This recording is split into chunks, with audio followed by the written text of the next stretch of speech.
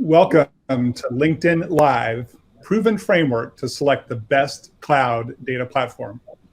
I am Chris Toogood, SVP of Marketing at Teradata, and I will be your moderator today. If you have questions during the panel, please ask them in the chat window, and we'll address them during the Q&A session. I'm joined today by Stephen Brobst, CTO of Teradata. Good morning, Stephen. You're looking good in your Hawaiian shirt. I'm a little bit jealous. I'm also joined by Boris Sabitsker, CEO of BEZNext. Good morning, Boris. Good morning. And joined by Anu Mohan, Director of Product Management at Teradata. Good morning, Anu. Good morning, everyone. Yeah, Anu and I are wearing our advertisements for Teradata, so during this session today. So Boris is the author of a white paper. The white paper is called "Which Platform is Best for Your Cloud Data Warehouse?" Today, our panel will discuss that paper and what to consider when you're thinking about migrating to the cloud. So let's go ahead and just jump straight in. So Boris, let's talk about the paper. It discusses in detail a customer benchmark where you ran against a number of different cloud data platforms, leveraging your methodology, your software. Can you tell us a little bit about the paper and some of the results, Boris? Sure. Well, organizations planning to move their data warehouses and data lakes to the cloud, they have many options. And practically speaking, most of the vendors can provide good performance, satisfying business requirements, but at which cost? So customers selecting cloud platform, they sometimes looking on industry standard TPC benchmarks. Some of them decide to organize proof of concept project and select representative queries, databases, and run POC test. They spend a lot of efforts, a lot of time, but at the end of the day, they don't have answered on very critical question. What is the minimum configuration will be required and how much it will cost to run their business workloads on different clouds? So we develop our software and services addressing this type of challenges, this type of questions, and all this framework which we describe in our white paper, they include several steps. First of all, we automatically collect measurement data on premises or maybe available clouds, and we aggregate this data and perform workload characterization and workload forecasting. So on the graph which you see, we have just example of CPU utilization by different business workloads during one day, during 24 hours. And different colors represent different business workloads like sales, marketing, finance, etc. We're still on the first graph. And this is very, very important to understand what's going on premises for workload which are moving to the cloud. So we automatically build resource utilization profile. This is one of the examples. We also analyze number of IO operations and megabyte, gigabyte processed by query. So this is resource utilization. We also build automatically graphs or analyze performance, response time, and throughput. What's going with response time for each line of business, hour by hour during the day? And third profile, data usage profile. Are we processing data serially or in parallel? What are the advantages of sophisticated optimizer, read-write ratio, and many other things? So we built three profiles of existing workload. It is very important to understand what's going on premises, what kind of workload we're going to move to the cloud. And by the way, customers frequently don't move all workloads to the cloud right away. They select several representative workloads and using profile of this workload to evaluate what will happen in the cloud. So this is the first step. The second step is to take in consideration not only what's going on premises right now, but also what is the expectation in terms of increasing number of users, increasing volume of data, plan of implementing new applications, because all these factors will affect how much resources should be allocated to this workload and will affect scalability and finally will affect cost. Okay, so information collected, aggregated, summarized workload characterization results, workload forecasting results are used as input to our models. And we use so-called iterative queue network models and gradient optimization. So the main idea, what we do here, we try to answer the question, what is the minimum configuration will be required to support service level goals for each workload on different cloud platforms during different hours of the day, during different months of the year. Okay, and so this is modeling and optimization. Okay, then having information about pricing models for different cloud platforms, we calculate and estimate difference in different pricing models to find the most appropriate pricing model for our workload on different clouds. And let's go to the next slide. Okay, so this is results of our modeling and performance optimization. So for each cloud platform, in this case, we're analyzing Teradata Vantage versus Redshift and Snowflake. But in general, I'm talking about one of the project done for customer with enterprise scale data warehouse. But in general, it could be we can analyze BigQuery and other platforms. But in this case, we're talking about example of analyzing Vantage versus Redshift versus Snowflake. So what we're doing here, based on the results of workload characterization, this is graph in the middle, we see usage of resources, pattern of usage of resources during different hours of the day. Obviously, we need different amount of resources. During daytime, we need more resources rather than nighttime and evening time. So obviously, using elasticity or allocating different resources in a cloud can save a lot of money. So this is the results of our modeling. For each platform, we predict how many instances and instance type will be required during nighttime, daytime, evening time. We selected shift, but in general could be every hour of the day. And we can see that because of workload growth and because of different service demand, we need different number of instances during daytime. And this is predictions for 1 year, for 12 months.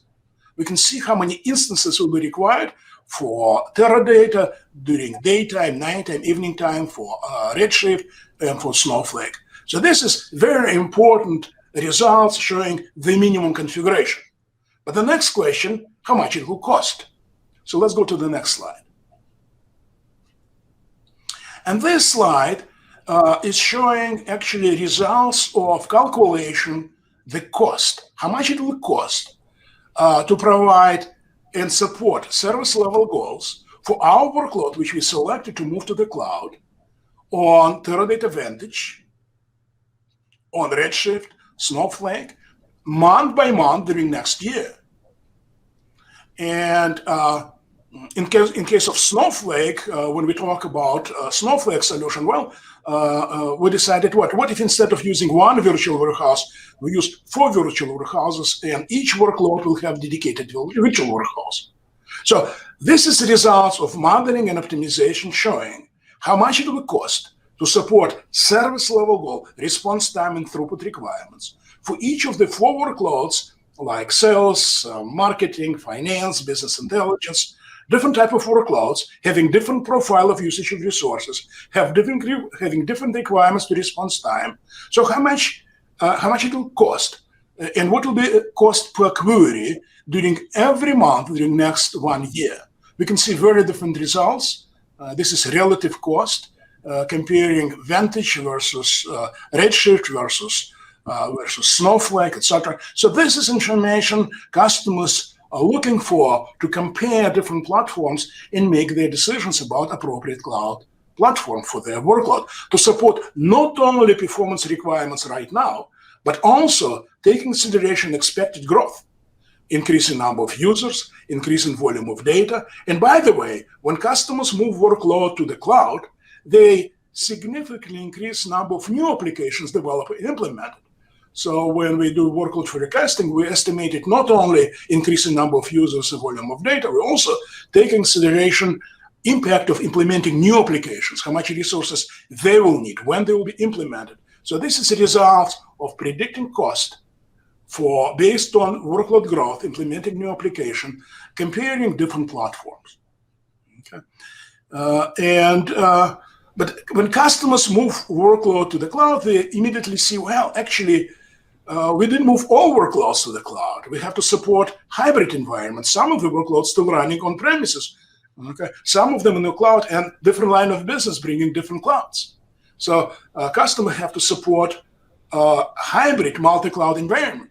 So we're offering our software and services, which continuously collect measurement data on premises on different clouds, perform this type of analysis, develop different recommendations. What should be done with number of instances, instance type, as well as workload management parameters. Maybe for certain workload makes sense to change priority. Okay. Yeah. So our optimization engine looking at all possible options, changing instance type, changing number of instances, changing workload management parameters, and develop this type of recommendations. Yeah, Boris, I think that that's there's a number of things that I really like about your methodology and your software. I mean, I think the fact that you use existing workloads. I think the fact that you're using resource utilization, data utilization, and I also really like the fact that you're focused on, the price performance, because in the cloud you can get performance, but what is the cost? And there's quite a big swing here, as you said, right, all the way from 1 to 7.2 x on the cost. Stephen, what do you think about Boris's methodology? Is this helpful for customers out there that are considering the cloud?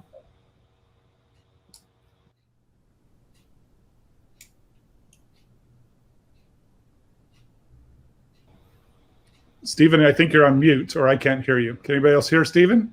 No. Yeah, I was on mute. There you go. I think it's incredibly useful because the artificial benchmarks that have been around for more than 20 years, Boris mentioned the TPC benchmark, it doesn't really reflect the real world. What's important about the methodology that Boris described is the actual workload that I want to run. It's my workload, and I'm going to understand my costs. And the only workload that I care about is my workload. I don't care about an artificial benchmark. I don't care about somebody else's workload. And I also care about the actual, my data, right? Because the different distributions of data will make a huge impact on performance. And that's not something that the artificial benchmarks really capture very effectively. I think that's a really good point, right? I think a lot of times we'll see vendors show up with kind of their proof of concept, with their data, with their benchmark that they ran and said, hey, it looks good on mine, yours will just work. And I love that you said the only workload that matters is your workload. And so it's important to use your specific workload as part of that. Stephen, let's take that a bit further. What is the most surprising thing that you observe when customers are migrating to the cloud? And do you have any advice for different customers that are at different journeys to the cloud? Yeah, one of the things that I observe is when people are first moving to the cloud, they tend to spend a lot of effort selecting the cloud, and they're gonna put all their eggs in one cloud vendor's basket. And I would observe that 5 years later, more than half of them have probably changed their minds versus what they started with. And so, it's important, of course, to do your due diligence on the different cloud vendors and understand the economics and so on. But you also want to plan for a multi-cloud environment. What I observe is that as the maturity sort of takes place and people want fit for purpose in executing their workloads and choosing the right cloud, they become multi-cloud. There's not one cloud that meets all the needs for most organizations. And by the way, you don't want to be locked into a single cloud anyway. You want to be able to run your workload on whichever cloud makes sense. You want to be able to negotiate effectively with the vendors. And so having both from a vendor lock-in point of view and from a high availability point of view, choice makes a big difference. So think in advance about a multi-cloud strategy, not a single cloud strategy. Well, I also like that because, we tend to see that different CSPs have, different innovation in the cloud. They might have certain egress charges that you have to think about, and you don't want to be just locked in to a specific one. You want that kind of flexibility. Anu, let's go over to you. I mean, Anu, we hear a lot about this idea, whether you want to call it lift and shift or migrate to modernize or, no, just modernize everything from scratch. What do you think is the best approach when adopting the cloud? Any thoughts? Yeah, I think that's a great question, Chris. So typically we've seen as CIOs accelerate their digital transformation, they are on a modernization journey as they move to the cloud, right? But to really succeed in this journey, the modernization strategy should be based on business drivers and business requirements, right? For example, a business driver could be that you need to augment your analytics with real-time data. And that could be a key area that you transform as you journey to the cloud and take advantage of some of the cloud-native services that stream data to you. Right? One of the key advantages of Teradata Vantage is that our customers have the ability to move and improve. And with move and improve, effectively, you de-risk your migration to the cloud, and you get to model your modernization strategy based on your business requirements, your budgetary considerations, and key milestones, right? So really modeling that around those factors become very important. And just to close with Teradata Vantage, regardless of where you are on your cloud journey, and regardless of which method you pick, whether you modernize upfront or you choose to move and improve, we've got you covered on both fronts. Yeah, Anu, I think you stole Stephen's line, move and improve. That's your favorite one, Stephen, right? Move and improve. I'm happy to share all of my taglines with Anu, no problem. You're the best. And I think there's an important point there that when you make these improvements, it doesn't have to be an all or nothing, right? So for example, if you want to do real-time streaming, you typically focus on what are the events that have an impact on my business, typically customer-centric events or maybe supply chain and so on. But it doesn't mean that everything has to go to real-time or near real-time all in one fell swoop. You can incrementally deliver those improvements. Same thing with leveraging Native Object Store. Yes, I could put everything on Native Object Store from day one, but it doesn't really make sense to do that. You look for where is the big win that I can get from an economic point of view, where I've got the right performance trade-offs, and you sort of incrementally deliver those improvements. And the ability to handle that incremental delivery is really important to de-risking the project, as Anu mentioned. So it's critically important to understand business needs, what kind of performance we expect. Okay, and functionality, and keep in mind business needs, business requirements, service level goal, find trade-offs between different factors. I think that's key. I think that's key, Boris, right? Because you've got to be able to understand what is the business opportunity that you're trying to fix, and then leverage, native cloud services to build that in, and then do it, opportunistically based upon the business needs themselves. So, hey, Boris, let's get back to your white paper a little bit. So it looks very sophisticated about how you went through and built your methodology and the software. Why did you do this? What did you think was missing? And why did you think that the industry needed this kind of methodology and support? Can you talk a little bit about that? Yes. Observing what's going on in industry and customers spending a lot of time on running benchmark tests, building proof of concept tests. It takes a lot of efforts and takes half a year, even more, to build and run this type of benchmark test. And they have a lot of good information showing scalability and difference in service time after moving from on-premises to the cloud, because of difference in optimizers, difference in workload management, et cetera, et cetera. A lot of good information. But as I mentioned, it doesn't answer fundamental question about the cost. Okay, so this is the main motivation. We decided okay, how to use our technology in order to address this type of question. So this is main motivations: how to reduce uncertainty when people make strategic decisions, and how to reduce risk of performance financial surprises. But not only when select the cloud, but when we're managing cloud, and especially as Stephen mentioned, as soon as customers move workload to the cloud, in half a year, they see actually they have multiple clouds. So how to manage this type of environment, it's very difficult to do manually. It's like different silos. So there is need, we see there is need for organizing technology which will analyze multiple clouds at the same time, collect data automatically, automate workload characterization, automate all this process, and help customers to be in control. Yeah, Boris, I think that's a really good point. It's not a one and done, right? And then everything's great and it just moves forward, because the cloud is very dynamic, workloads are very dynamic, users are very dynamic. Hey, Stephen, let's go. Another point, as Steve mentioned, it's a multi-cloud environment. Yeah. It's not one cloud. And as soon as people move workload to the one cloud, they frequently decide, okay, let's evaluate different options and move from one cloud to another cloud. So selection of the cloud and managing, this is continuous process. It's not one-time type of project.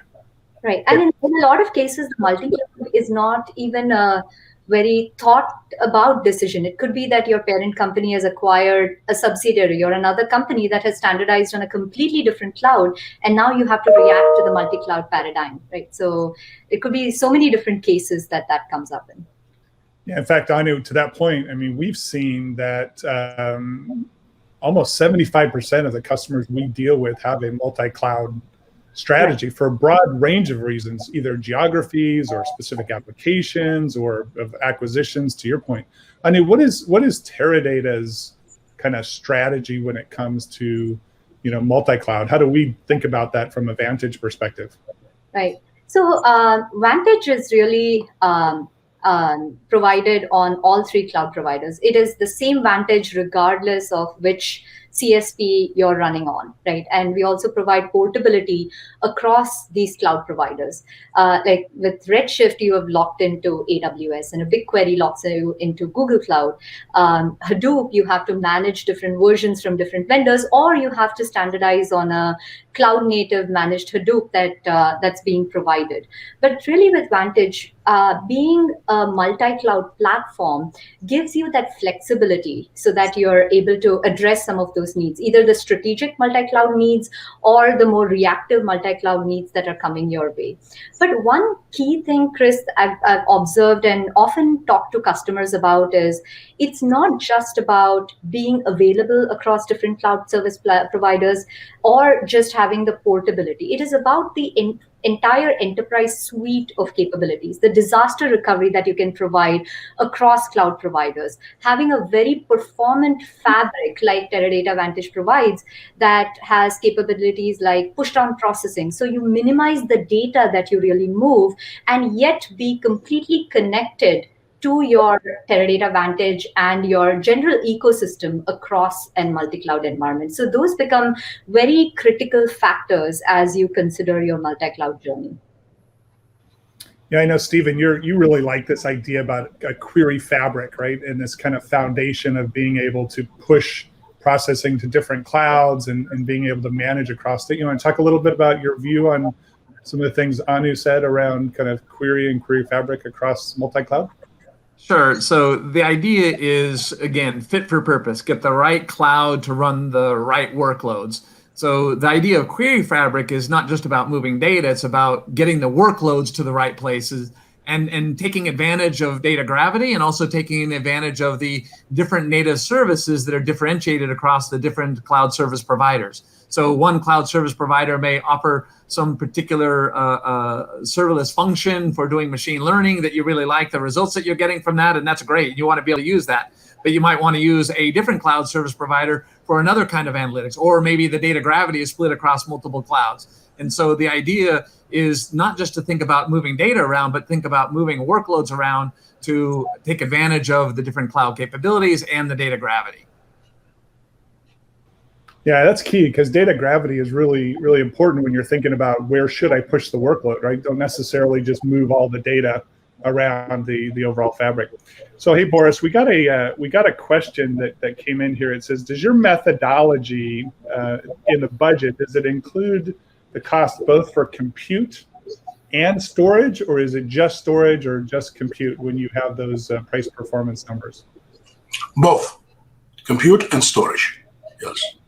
Thank you. All right, cool. So Boris, let's get a little bit more into some of the stuff you saw in the paper around, let's talk about cost and scalability. So does the BEZNext methodology consider scaling in the cloud to ensure the best costs? Can you talk a little bit about that? Yes. So we take in consideration results of expected growth, increased number of users, increase of volume of data, implementation of new application. And you saw that we estimate what will be the optimal instance type and number of instances, not only after migration to the cloud, but next month, in 2 months, in 3 months. Okay, so we take in consideration what should be done hour by hour during the day because workload is changing, and also what should be done in terms of configuration parameters, how it will scale, and many factors will affect scalability, and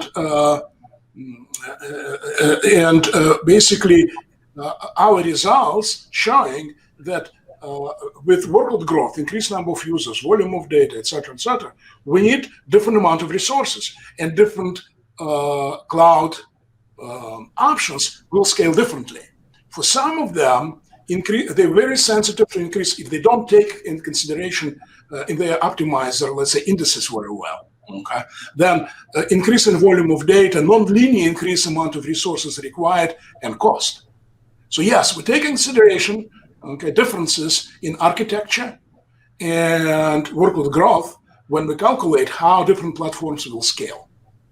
It will affect number of resources required in the future, and of course it will affect cost.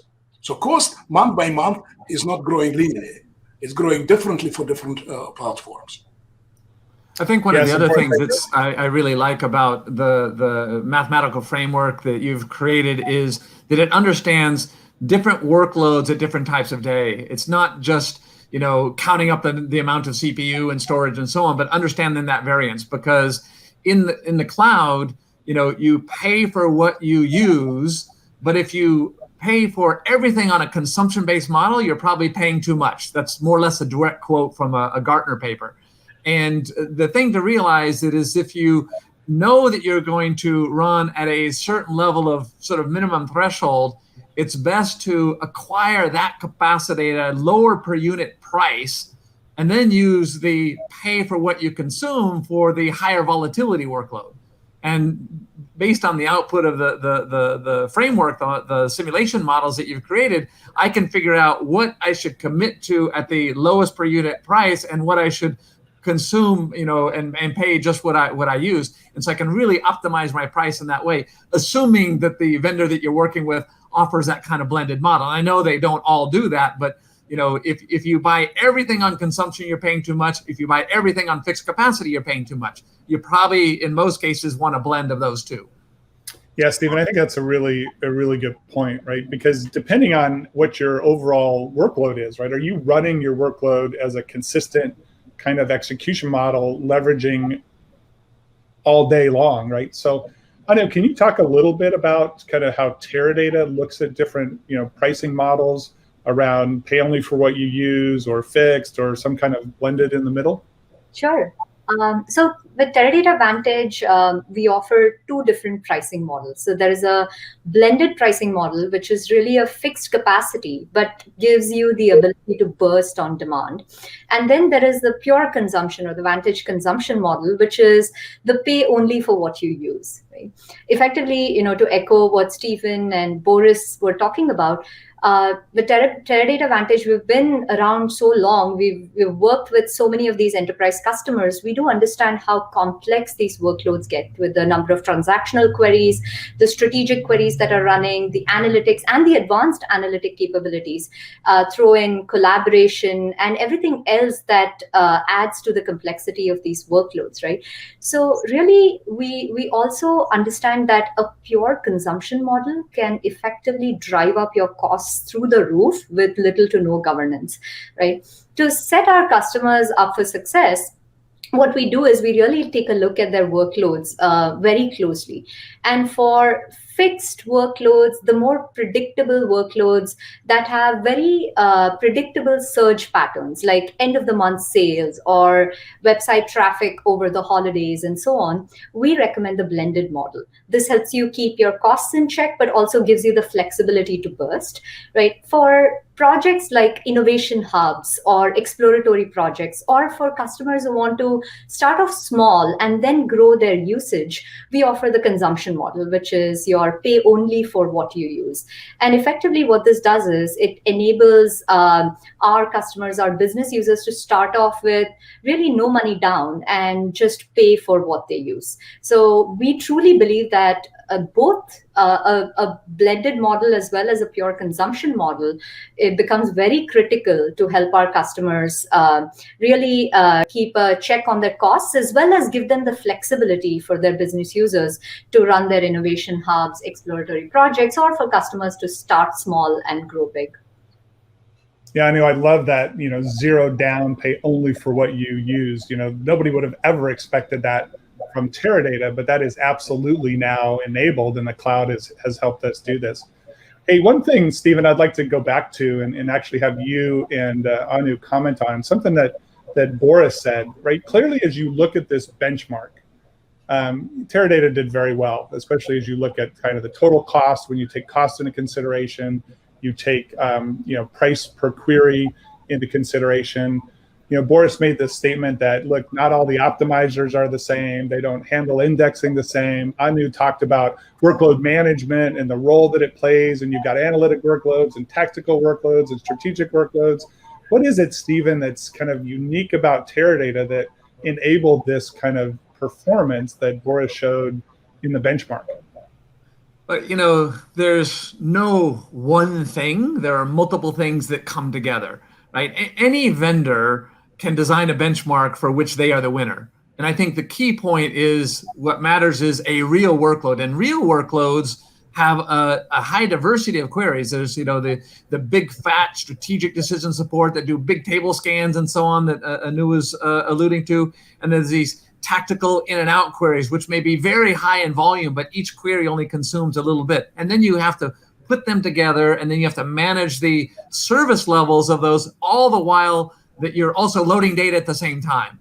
And so the uniqueness of the Vantage platform is to be able to handle those kind of mixed workloads and to be able to prioritize, who gets access to the resources and to optimize so that fewer resources are consumed for the queries. And to the point that Boris made earlier, yes, of course, we measure both storage cost and the cost of compute and I/O when you look at total cost of ownership. But if you measure only on storage cost, this is kind of crazy because that's not where most of the cost is, right? There's a huge amount of cost differentiation in how efficiently the queries are executed. So the hash-based file system within Teradata gives you kind of a free indexing capability and very efficient access for a large class of queries. The unique join strategies within Teradata, the cost-based optimizer, which is far more advanced than some of these newbie databases that have, I would call them kind of high school graduates in optimizer technology compared to, double PhDs in optimizer technology. There's a huge difference for the same query, the amount of resources consumed. And as Anu mentioned, this workload management so that we, swarm the right resources to the queries. Because of course, in the cloud, there are infinite resources available from elasticity point of view, but probably not from your checkbook point of view. So managing the query execution to service levels within your budget forecast is absolutely critical. And the workload management that Teradata provides is uniquely qualified to deliver this this capability. So Boris, is that some of the stuff you saw in the benchmark? What some of the things Stephen was saying around, the optimizer, Teradata optimizer, workload management? Did those come into play specifically as part of this benchmark? Yes, of course. One of the first steps before we'll analyze what's going on in production environment, we use this information from different tests, characterizing CPU service time per different type of queries, for short queries and for very complex queries, and number of megabyte per query process. So results of benchmark tests we use to calibrate our models, adjust our models before we model each specific platforms. And of course, there is difference in optimizers. There is difference. So some vendors, instead of using it, this is the partition data, create a lot of partitions. So all these things will affect, at the end of the day, amount of resources required to support very different workloads. And of course, workload management. So in certain cases, workload management allows to use a large instance type and manage multiple workloads. In certain cases, we have to create multiple virtual warehouses to support each individual workload. This is workload management. It definitely will affect cost. And just to add one more thing, I think Stephen covered the workload optimizer, and I echo Boris' sentiments. But one of the design principles that we also have here as we develop newer capabilities that are more cloud native is those core capabilities are always extended to any new data sources that we are tackling. For example, native object stores helps you seamlessly query data across the enterprise data warehouse and the object stores. And all the workload management, the optimizer, all those capabilities naturally also extend regardless of whether you're querying the data from the object stores or you're querying the hash-based file systems. One of the things I emphasize in my white paper, that managing this type of environment, it's continuous process. So we analyze what's going on, we predict what will happen and set expectations. When the recommendations implemented, we continue collecting measurement data, and actual results, always different from what we predicted. Then the question is, what is the anomaly? What is the root cause? And how to change maybe configuration, maybe workload management parameters continuously, because workload is changing, number of users is changing. So managing, especially multi-cloud environment, this is continuous process. But I think a key point is that managing should be done by software, not by humans, right? Yeah. You want to automatically allocate the resources according to service levels and so on, but not have DBAs running around turning knobs and so on. And same thing with the hash-based file systems give you this primary indexing capability, but there are no indexes to maintain. It's automagic, I say. And of course, you can add additional indexes and so on if required, but in most cases, actually, the amount of additional tuning or physical DBA work is quite minimal in a Teradata environment because it's meant to handle from the beginning workloads that you don't know in advance what those queries are going to look like. And so you've got to adapt dynamically the plans, and that's why the cost-based optimizer is so important, where it can assess the optimal path, but then do incremental planning when, for example, in the scenario that Anu described, we're going and getting a data from another source, which might not be in a Teradata file system. We don't have robust statistics. We can, based on the amount of data that we retrieve, we can re-optimize the plan dynamically on the fly in order to get the best plan with the fewest resources consumed. Yeah, Stephen, I really like that. I mean, users need to be able to ask any question at any time against any data, and you can't be in an environment where you're having to pre-configure the specific function. So those core capabilities of Teradata Vantage are critical. Anu, there's a question that came in here, and it actually ties back to something you said about object stores. The question is, how does Teradata Vantage handle unstructured data? Can you talk a little bit about that? Yeah, absolutely. So, definitely we are seeing a lot of unstructured and semi-structured data coming in from so many different data sources. And that could be, data gravity that's building in object stores, that's building, across messaging platforms and so on. With Teradata Vantage, we have developed this capability called native object stores. And effectively what it does is allows you to break silos between all the gravity that's building on an object store and then your enterprise cloud data warehouses that are deployed. The data warehouses house extremely curated structured data. There is semi-structured data that is continuously landing on the object stores. With a single query in Teradata Vantage, you can seamlessly query across the cloud data warehouses as well as the object stores without having to do any kind of pre-prep curation loading of that data. So in place, query the object stores and join it with the data in the data warehouse. So that's a very key capability in enabling our users to also architect their data, taking into consideration the cost as well as some of the cloud native capabilities and storage options that they have. Yeah, I think that's really important because users don't really care if it's in a JSON format or a Parquet format or an XML format. So this enables the users just to have transparency, right? To be able to just access data and ask questions.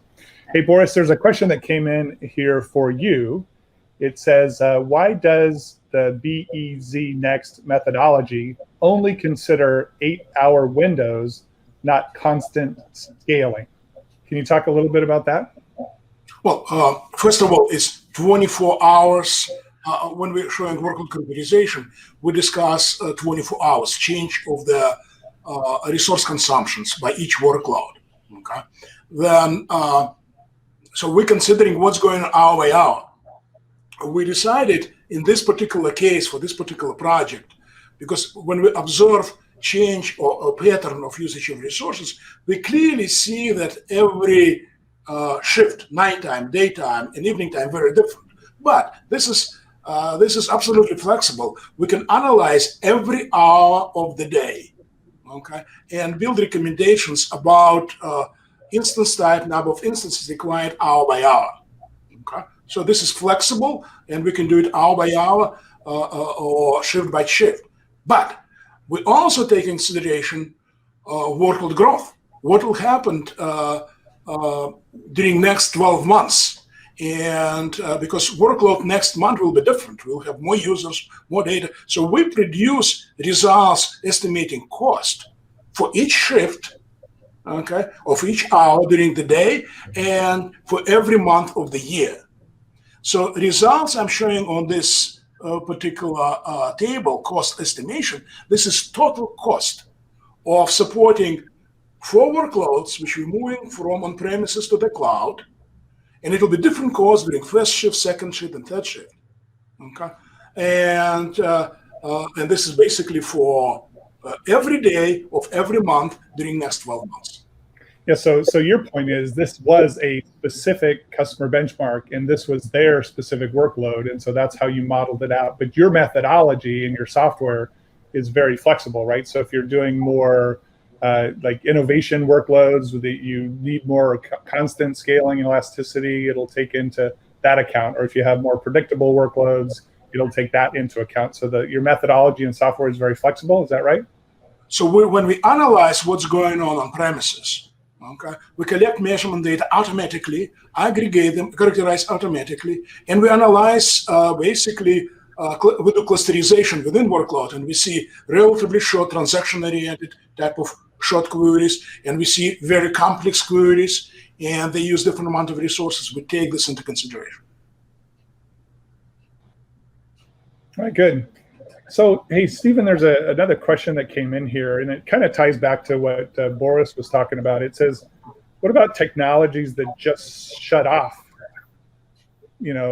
tear down to reduce costs? How does something like that come into play when you think about, measuring, performance in the cloud? Any thoughts? Well, if the technology, kills queries after they consume a certain amount of resource, then obviously the business user isn't getting the value from that query. Now, maybe it was a runaway query and it should have been killed. And so that's something where you want to be able to configure in your workload management governance. You're only going to tolerate queries up to a certain level, but maybe for some users who ask very, very sophisticated questions, your advanced data scientists and so on, they should be given more headroom than another. But just killing queries because you've reached a limit with no differentiation of where that workload is coming from and the value that it's creating is probably a very bad idea in most cases. When we're simulating, from a workload management point of view, if you're going to kill the query, don't consume a whole bunch of resources and then kill it. Don't run it in the first place. So one of the advantages of the Teradata cost-based optimizer is we can predict up front, within windows. It's of course not perfect because it's a prediction, but we can, characterize this query is going to use, this many IOs and this much CPU and so on. And maybe you put it in the penalty box so that it doesn't run right away, or you make a DBA aware of it so that they can go work with the user to make things happen. But managing not just with a shotgun shooting at queries when they consume a certain amount of resources blindly is an important part of the overall governance of the system. Yeah, and I think it's important to be able to have that kind of core workload management and optimization to be able to manage those queries in an automated way, as you pointed out. Hey, Boris, there's a question that came in here for you. Why did you pick cost per query as a core metric in the benchmark? Can you comment on that? Well, basically, we're doing two things. We're analyzing cost to running all workloads, business workloads, okay, and also cost per query. So this is basically two things important for us. What will be cost to run specific query? This is just useful information, but I think even more important information, what will be the cost to run specific business workloads which are moving to the cloud, okay, on different cloud platforms? Because customers, they will not move specific applications or specific queries. They're going to move all applications, all queries, all data which belong to specific line of business, like marketing or finance. Okay, so this is basically our methodology. Tell how much it will cost to run sales or marketing and finance, okay, all these workloads, how much it will cost to run on each of the cloud platforms. And if you find the average query per workload, this is good indication as well. Well, I think it does, to your point, it gives you that idea about what are you getting in terms of efficiency and throughput and price performance specifically. Anu, you're gonna love this question. It's a very specific question, but what about Teradata utilities like BTIG and so on? Will those all work on Teradata Vantage in the cloud also? Can you give us your thoughts on that? So, definitely Vantage is, the full suite of Vantage really is effective regardless of where you're running it, right? And all those utilities will be supported.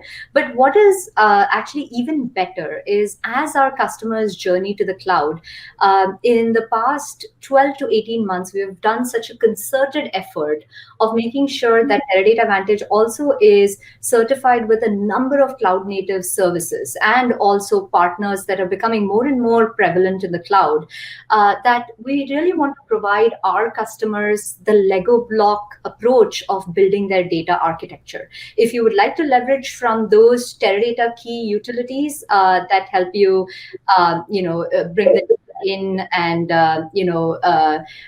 load the data, etc., absolutely, that is available to you.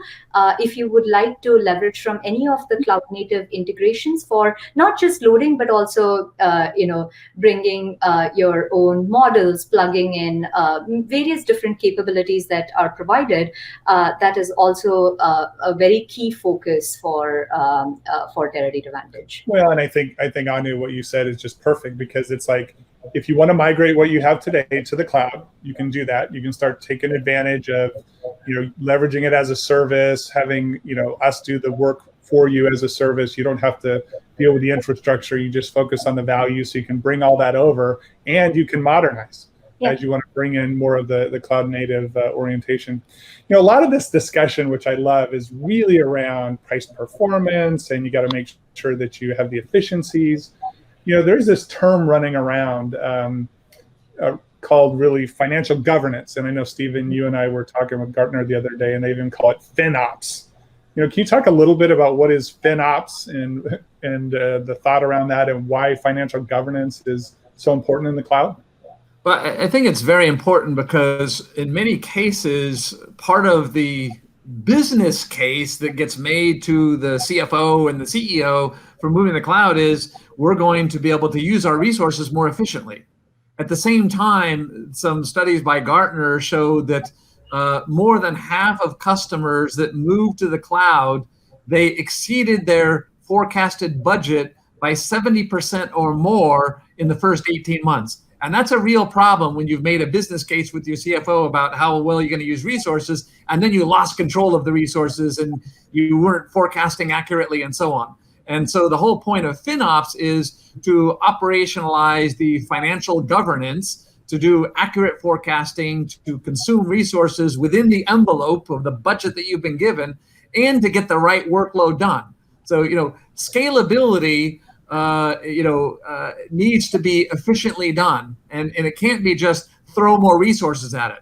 Workload management is not just, give me more resources at any cost, because although the cloud will certainly have an infinite amount of resources, I'm pretty sure that your checkbook does not have an infinite amount of resources. The CFO did not give you a blank checkbook. So the idea is to, operationalize the forecasting and the workload management to make sure that you stay within your envelope, that you're responsibly executing the workload, and the right workload gets done within that envelope.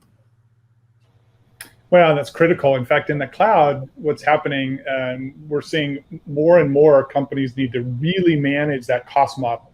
Right? When it was an on-premises model, it was kind of typically a fixed cost. But in the cloud, they've got to be able to manage that and effectively balance that between the business and the CFO and IT. So I think financial governance is a really important component to that. And that's why I like the BEZNext model for doing the forecasting is really critical part of that, right? Because I'm not just making it up. I have a mathematical model based on actual execution of queries. And as the workload grows, as the data grows, it's not that cost per query is not a constant number. The cost per query in the mathematical models of BEZNext consider how much is the data growing. Or if you have to duplicate data across multiple virtual data warehouses. Teradata doesn't have to do that because we are able to, manage huge concurrency against one copy of the data. But some products out there, they'll duplicate the data across multiple caches, and then of course you're paying for that. You're not paying the cost per storage, but it counts in the cost per query. So your cost per query increases as the concurrency increases because you're duplicating the working set in this, expensive cache storage. That's really key point to make sure that you're driving that core efficiency and throughput around that. So Boris, a question came in here. Thoughts on segregation of compute and storage, right? Obviously, that's key in moving to the cloud, and Teradata Vantage supports that also. But the issue when you start to think about it is the relationship between compute and storage is not always linear, right? Because you separate it, you're not scaling compute at the same time you're scaling storage because it depends on the business needs. Any thoughts about how you accounted for that in the benchmark, or any thoughts for the audience about how to think about that moving forward? Sure. When volume of data is growing, okay, it'll affect storage requirements. Okay, it'll affect number of I/O operations which should be performed, logical, physical I/O operations. Okay, and eventually it'll affect usage of resources. So more data, more storage, and more overhead of reading, writing information to the storage. And our model takes into consideration what's going on right now, and we calculate what will happen in the future based on increasing number of queries and based on projections of increasing volume of data. Okay, so we have so volume of data increase will affect both amount of storage requirements, number of I/O operations, okay, which affect at the end of the day overhead on usage of resources, in addition to additional resources used to perform regular functions of performed by the query. Yeah, so I think the thing is you're looking at existing workloads, you're looking at future workloads, and you can scale it differently depending on storage and compute as part of the model. Okay, good. So Anu, I got a question for you. How do you treat egress data costs that the CSPs are charging when sending data outside of their data center? And is this a cost that is relative in thinking about it in the move to the cloud? So if I rephrased it, I would think a little bit about, how as someone on the journey to the cloud, should I really think about egress charges and as part of my overall cost model? You have any thoughts about that, Anu? Yeah, absolutely. And this is a very relevant question, especially because the larger enterprise customers are, as they journey to the cloud, are in a hybrid cloud mode for some time before they migrate to a cloud-only mode, or in some cases, and we are going to see this increasingly more and more, they turn to a multi-cloud deployment as well. So egress charges are definitely one of those things that needs to be kept an eye on. It needs to be in check. Now with Teradata Vantage, what we try and do is we try and take that stress a little away from you, because with Vantage we offer capabilities in our query fabric like push down query processing, and what that effectively does is it executes the query closest to where the data is. So it's not moving data willy-nilly between clouds, and that helps you really minimize those egress charges. So there is a lot of effort going on into this hybrid multi-cloud platform that we have, so that we are able to help our customers minimize those egress charges. But that's definitely one of the big considerations while selecting a good cloud data warehouse platform. Well, and I think, Anu, to that point, be careful. The CSPs can change the egress charges. They can go up, they can go down, and you need that portability, that flexibility, the ability to push around different workloads. There's a question that came in that I'll answer. It was a question about, what CSPs does Vantage run on? So we have Vantage on Google Cloud, we have Vantage on AWS, we have Vantage on Azure. And those are all available today, and we have customers running in all of them. So I want to thank everybody for joining us today on our LinkedIn Live, proven framework to select the best cloud data platform. Boris, thank you. Anu, thank you. Stephen, thank you. For more information, go to teradata.com/cloud and have a great day. Thanks, everybody. Thanks, everyone. Sure.